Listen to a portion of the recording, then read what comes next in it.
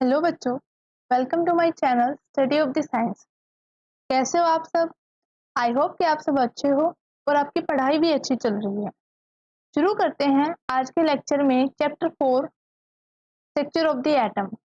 यानी कि इस चैप्टर में हम पढ़ने वाले हैं एटम के स्ट्रक्चर के बारे में कि किसी एटम का जो स्ट्रक्चर है वो कैसा है और किन किन सब एटॉमिक पार्टिकल से किन किन स्मॉल पार्टिकल से मिलकर बना हुआ है। तो उन सभी की डिस्कवरी और स्ट्रक्चर के बारे में हम इसे चैप्टर में पढ़ने वाले हैं। शुरू करते हैं आज का लेक्चर। क्या दे रखा है, क्या कह रहा है कि चैप्टर 3 में हम पढ़ चुके हैं कि जो एटम्स और जो मॉलिक्यूल्स जो होते हैं वो क्या होते हैं, बिल्डिंग ब्लॉक्स होते हैं मैटर के। यानी कि जितने भी एटम्स और मॉलिक्यूल्स हैं वही सारे एग्रीगेट होकर क्या करते हैं, मैटर की फॉर्मेशन करते हैं और मैटर से ही क्या है, पूरा यूनिवर्स बना हुआ है। फिर क्या कह रहा है कि अब ये जो एग्जिस्टेंस है डिफरेंट डिफरेंट एटम्स की, वो क्या है, एक दूसरे से टोटली डिफरेंट है। यानी कि किन्हीं दो अब एटम्स क्या है, डिफरेंट डिफरेंट एटम्स क्या करते हैं, कंबाइन होकर डिफरेंट काइंड्स ऑफ मैटर की क्या करते हैं, फॉर्मेशन करते हैं। ठीक है, यानी कि एटम्स के कंबाइन होने पर जो मैटर की जो फॉर्मेशन हो रही है वो भी क्या होती है, हर टाइम डिफरेंट रहती है। अब यहाँ पर दो क्वेश्चन अराइज हो रहे हैं। What makes an atom of one element different from atom of another element, कि ऐसा क्या है जो दो एलिमेंट्स के जो एटम्स जो होते हैं वो एक दूसरे से डिफरेंट होते हैं।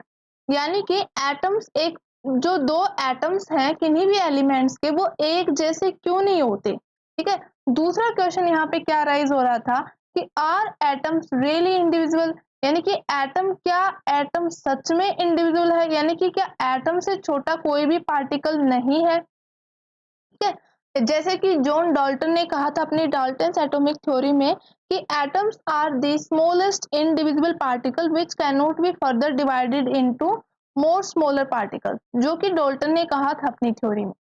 तो अब यहाँ पर ये दो क्वेश्चन अराइज होते हैं जिनको बारे में साइंटिस्ट को सोचने पे मजबूर कर दिया कि क्या सच में एटम इंडिविजिबल है, या फिर कह सकते हैं उससे भी छोटे पार्टिकल्स मैटर के क्या होते हैं, प्रेजेंट होते हैं। तो इन सभी चीजों के बारे में सोचना साइंटिस्ट ने शुरू कर दिया। अब यहाँ पर कह सकते हैं साइंटिस्ट के लिए एक मेजर चैलेंज आ चुका था in the end of 19th century कि एटम का स्ट्रक्चर कैसा है। ठीक है, एटम के स्ट्रक्चर के बारे में जानने के लिए वो क्या हो गए थे, बहुत ज्यादा क्यूरियस हो गए थे और उसकी प्रॉपर्टीज को एक्सप्लेन करने के लिए कि कैसे कोई एटम जो होता है वो एग्जिस्ट करता है, कैसा उसका स्ट्रक्चर पाया जाता है। तो इन सारी कह सकते हैं इंफॉर्मेशन को जानने के लिए साइंटिस्ट ने क्या कर दिए, एक्सपेरिमेंट करने शुरू कर दिए। ठीक है, और इन एक्सपेरिमेंट कर करके वो किन नतीजों पे पहुंचे, उन्हें पता चला कि मैटर के अंदर क्या होते हैं बच्चा, चार्ज पार्टिकल्स होते हैं। ठीक है, अब ये चार्ज पार्टिकल्स उन्हें कैसे पता चला, कुछ छोटे नॉर्मल एग्जांपल लेते हैं हम। जैसे कि क्या कह रहा है कि अगर हम क्या करते हैं, मान लो किसी कोम को सूखे बालों में से बार बार पास आउट करते हैं तो उससे क्या होता है, उस कोम में चार्ज आ जाता है ना। अब इसको कैसे किया, जब हम उस चार्ज कोम को क्या कर सकते हैं, पेपर के स्मॉल पीसेस के पास लेके जाते हैं तो वो छोटे छोटे पीसेस जो है पेपर के, वो क्या होते हैं, उस कोम से चिपक जाते हैं। ठीक है, तो यहाँ से क्या हो गया, साइंटिस्ट सोचने पे मजबूर हो गए कि मैटर के पास चार्ज पार्टिकल्स भी होते हैं। अगर मैटर के पास चार्ज पार्टिकल है तो इसका मतलब एटम्स में भी चार्ज पार्टिकल होंगे। ठीक है, सेम जैसे यहाँ पर दूसरा एग्जांपल ले रखा है ग्लास रोड और सिल्क क्लॉथ का। यानी कि जब हम किसी ग्लास रोड को बार बार सिल्क के कपड़े से रब करते हैं तो उस केस में भी क्या आ जाता है, दोनों पे चार्ज आ जाता है। जब हम इस ग्लास रोड को क्या करेंगे, किसी बलून के पास लेके जाएंगे तो बलून भी क्या हो जाएगा भाई, उस ग्लास रोड से चिपक जाएगा।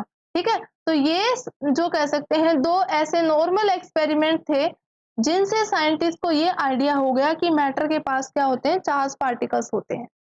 इसका कंक्लूजन क्या निकला कि अगर हम किन्हीं दो ऑब्जेक्ट्स को आपस में रब करते हैं तो जब हम उनको रब करते हैं तो रब करने पर क्या आ जाते हैं भाई, वो इलेक्ट्रिकली चार्ज हो जाते हैं। यानी कि उन दोनों ऑब्जेक्ट्स पर क्या आ जाता है, चार्ज आ जाता है। अब फिर से क्वेश्चन आया कि ये चार्ज आया कहाँ से। ठीक है, तो अब इस चार्ज की कह सकते हैं बारे में जानने से साइंटिस्ट के क्वेश्चन में मन में ये क्वेश्चन भी आया और उनको इस चीज का कह सकते हैं एक तरह से आंसर मिल गया कि कहीं ना कहीं एटम जो है वो क्या है, एक डिविजिबल पार्टिकल है, यानी कि हम उसको और ज्यादा छोटे पार्टिकल्स में तोड़ सकते हैं, और वो जो छोटे पार्टिकल्स हैं जरूर उन पे कुछ ना कुछ या फिर कैसा कोई ना कोई चार्ज होगा। ठीक है, अब इन्हीं चार्ज पार्टिकल्स के बारे में जानने के लिए हमारे जो सबसे पहले साइंटिस्ट थे जिनने एक्सपेरिमेंट किया था, और उस एक्सपेरिमेंट से उन्होंने सबसे पहले सब एटॉमिक पार्टिकल की डिस्कवरी की थी, जिसका नाम उन्होंने क्या रखा था, इलेक्ट्रॉन रखा था। ठीक है, अब इस एक्सपेरिमेंट को किसने किया था, जे जे थॉमसन ने किया था। अब पढ़ते हैं कि जे जे थॉमसन ने इलेक्ट्रॉन की जो डिस्कवरी है वो कैसे की। देखिए, जो जे जे थॉमसन जो थे उन्होंने क्या किया था, उन्होंने एक डिस्चार्ज ट्यूब ली थी जो कि ग्लास की बनी हुई थी। अब इसके अंदर क्या किया था, इस एयर प्रेशर को यानी कि इस वैक्यूम पंप की हेल्प से क्या किया, बाहर निकाला गया, और इसके प्रेशर को डिस्चार्ज ट्यूब के अंदर के प्रेशर को बहुत ही लो कर दिया गया। ठीक है, फिर क्या किया, फिर इस डिस्चार्ज ट्यूब के दोनों एंड्स पर दो मेटल के इलेक्ट्रोड्स लिए गए। ठीक है, जिसमें से एक इलेक्ट्रोड को जोड़ दिया गया बैटरी के, हाई वोल्टेज की बैटरी थी या फिर कह सकते हैं जनरेटर था, जहां से हाई वोल्टेज करंट प्रोड्यूस हो रहा था, उसको जोड़ दिया गया उस जनरेटर के पॉजिटिव टर्मिनल से, और दूसरे वाले इलेक्ट्रोड को जोड़ दिया गया उस जनरेटर के नेगेटिव टर्मिनल से। ठीक है, फिर जैसे ही हमने इस कनेक्शन को कंप्लीट किया तो क्या होने लगा, हमारे इन वायर्स में से और इन इलेक्ट्रोड्स में से पूरे सर्किट में करंट दौड़ने लग गया। तो जैसे यहाँ पर करंट का फ्लो हुआ, करंट के फ्लो होते ही ये जो हमारा इलेक्ट्रोड है जिसे हमने क्या नाम दिया, कैथोड, यानी कि मेटल का वो इलेक्ट्रोड जिसे बैटरी के नेगेटिव टर्मिनल से जोड़ा जाता है उसे हम क्या कहते हैं बच्चा, कैथोड कहते हैं, और जिसे बैटरी के पॉजिटिव टर्मिनल के साथ जोड़ा जाता है उसे क्या कहते हैं, एनोड कहते हैं। ठीक है, अब जैसे ही करंट इसमें से फ्लो होने लगा तो जो कैथोड इलेक्ट्रोड था वहां से क्या होने लग गई, बहुत तेज तेज कह सकते हैं रेज निकलने लग गई। अब ये रेज यहाँ से निकल रही थी लेकिन ये दिखाई नहीं दे रही थी। ठीक है, अब फिर पता कैसे चला, आप बोल रहे हो, अब आप सोच रहे होगे कि रेज दिखाई भी नहीं दे रही तो पता कैसे चला कि यहाँ से रेज निकल रही थी।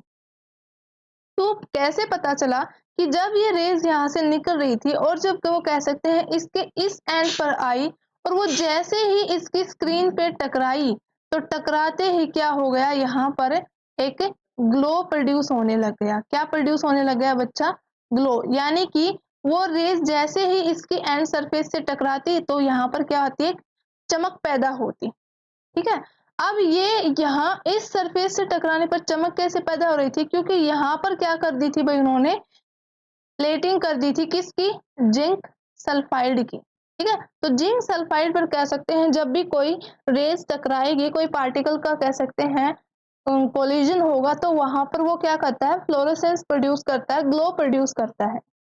अब कह सकते हैं इस ग्लो से ये तो पता चल गया कि भाई यहाँ पर ये जो हमारा कैथोड इलेक्ट्रोड है यहाँ से कोई ना कोई रे निकल रही है। अब साइंटिस्ट ने क्या सोचा, जे जे थॉमसन ने सोचा कि इस रेज का नेचर कैसा है, यानी कि इन पे चार्ज कैसा है, ये पॉजिटिवली चार्ज है नेगेटिवली चार्ज है, तो उसको पता लगाने के लिए उन्होंने क्या किया, उन्होंने मेटल के फिर से दो प्लेट ली। ठीक है, और उन दो प्लेट को क्या किया, वायर से जोड़ दिया। जैसे कि एक प्लेट ये ली इधर, ठीक है, और एक प्लेट को इसके दोनों साइड लिया गया। अब इस दोनों प्लेट्स को क्या किया, उसने उसके ये वायर से जोड़ दिया, बैटरी के पॉजिटिव और नेगेटिव टर्मिनल से जोड़कर इस सर्किट को कंप्लीट किया। ठीक है, अब जिसको बैटरी के पॉजिटिव टर्मिनल से जोड़ा गया उस प्लेट पर कैसा चार्ज आया, हमारा पॉजिटिव, और जिसको बैटरी के नेगेटिव टर्मिनल से जोड़ा गया उस पर कैसा चार्ज आया, नेगेटिव। ठीक है, तो अब जब ये कैथोड रेज क्या कर रही थी, वही बिल्कुल सीधी जा रही थी, लेकिन जैसे ही वो इस इलेक्ट्रिक फील्ड के कांटेक्ट में आती है, यानी कि जैसे ही कैथोड रेज यहाँ पहुंचती है तो यहाँ पहुंचते ही उन्होंने क्या कर लिया, अपना रास्ता चेंज कर लिया, यानी कि वो एक पर्टिकुलर डायरेक्शन में बैंड हो गई। ठीक है, यानी कि यहाँ आते ही कैथोड रेज जो है वो इस तरह से मुड़ने लग गई। ठीक है, उन्होंने क्या कर लिया भाई, बैंड होना शुरू हो गई, यानी कि इस वाले इलेक्ट्रोड से ये जो हमारा नेगेटिव टर्मिनल वाला इलेक्ट्रोड था इससे दूर जाने लगी। अब इससे क्या पता चलता है कि ये जो कैथोड रेज है उन पे कुछ ना कुछ चार्ज जरूर है, और वो चार्ज कैसा है, वो चार्ज है बच्चा नेगेटिव चार्ज। कैसे पता चला नेगेटिव चार्ज? क्योंकि हमें पता है, हम पढ़ चुके हैं। देखो, जब हम क्या करते हैं, किसी मैग्नेट के नॉर्थ नॉर्थ दोनों के दोनों नॉर्थ पोल को क्या करते हैं, एक दूसरे के आमने सामने लेकर आते हैं, तो दोनों क्या करते हैं, एक दूसरे को रिपेल करते हैं, है ना। और अगर हम क्या करते हैं, किसी मैग्नेट के अपोजिट पोल्स यानी कि साउथ पोल को क्या करते हैं, नॉर्थ पोल के आमने सामने लेकर आते हैं, तो उस केस में दोनों मैग्नेट्स के पोल के बीच में क्या होता है, अट्रैक्शन होता है। यानी कि वो एक दूसरे को क्या करती हैं, अट्रैक्ट करती हैं। ये प्रॉपर्टी हम पहले ही पढ़ चुके हैं कि जो लाइक चार्जेस होते हैं, जैसे कि लाइक पोल्स जो होते हैं, वो क्या करते हैं, एक दूसरे को रिपेल करते हैं, और अपोजिट पोल्स क्या करते हैं, एक दूसरे को अट्रैक्ट करते हैं। तो यही इलेक्ट्रिक फील्ड में होता है। ये है मैग्नेटिक फील्ड के केस में, क्योंकि हम मैग्नेट की बात कर रहे हैं। अब यहाँ पर तो करंट पास करवाया जाता है, तो ये हमारा क्या है, इलेक्ट्रिक फील्ड है। तो यही इलेक्ट्रिक फील्ड के केस में होता है कि सेम सेम चार्ज यानी कि पॉजिटिव पॉजिटिव चार्ज क्या करते हैं, एक दूसरे को रिपेल करते हैं। नेगेटिव नेगेटिव चार्ज भी क्या करते हैं, एक दूसरे को रिपेल करते हैं। अगर बात आ जाए अपोजिट चार्जेस की, यानी कि पॉजिटिव नेगेटिव या नेगेटिव पॉजिटिव चार्जेस की, तो वो क्या करते हैं, एक दूसरे को अट्रैक्ट करते हैं। तो अब यहाँ पर भी उसी फिनोमिना की हेल्प से कैथोड रेज का जो है चार्ज है वो पता लगाया गया। यानी कि ये हमारा नेगेटिव टर्मिनल का जो प्लेट था, कैथोड रेज उससे क्या हो रही थी, दूर जा रही थी, और जो पॉजिटिव टर्मिनल का कैथोड रेज था उसकी तरफ जा रही थी। तो इसका मतलब क्या है, अगर ये पॉजिटिव की तरफ जा रही है तो डेफिनेटली कैथोड रेज पर कैसा चार्ज होगा, नेगेटिव चार्ज ही होगा। तो इस तरह से जे थॉमसन ने क्या किया था, कैथोड रेज के बारे में और उनके चार्ज के बारे में बताया था, और बाद में उन्होंने इन्हीं कैथोड रेज का नाम क्या रख दिया था बच्चा, इलेक्ट्रॉन रख दिया था। ठीक है। तो अब ये जो इलेक्ट्रॉन जो होता है उसका कह सकते हैं, यहाँ से उन्होंने कुछ फिजिक्स और मैथ्स के फार्मूले की मदद से कुछ कैलकुलेशन की, जिसके बेसिस पे उन्होंने इलेक्ट्रॉन का मास डिटेक्ट किया। और इलेक्ट्रॉन का मास कितना होता है, 9.1 इंटू 10⁻31 kg। ठीक है, ये होता है मास ऑफ द इलेक्ट्रॉन। अब चार्ज ऑफ द इलेक्ट्रॉन क्या होता है, देखो कैसा चार्ज होता है, नेगेटिव चार्ज होता है ना, यानी कि चार्ज कितना होता है इस पर, 1.6 इंटू 10⁻90 कूलम। अब ये क्या है, इलेक्ट्रॉन पे चार्ज है। आई होप कि आपको समझ में आया होगा कि कैसे जे थॉमसन ने एक्सपेरिमेंट करके इलेक्ट्रॉन की डिस्कवरी की है। ठीक है, तो आज के लेक्चर में इतना ही बच्चा। मिलते हैं आपसे अगले लेक्चर में, तब तक आप खूब खुश रहें, पढ़ें, लिखें, मेहनत करें। ठीक है, थैंक यू, धन्यवाद।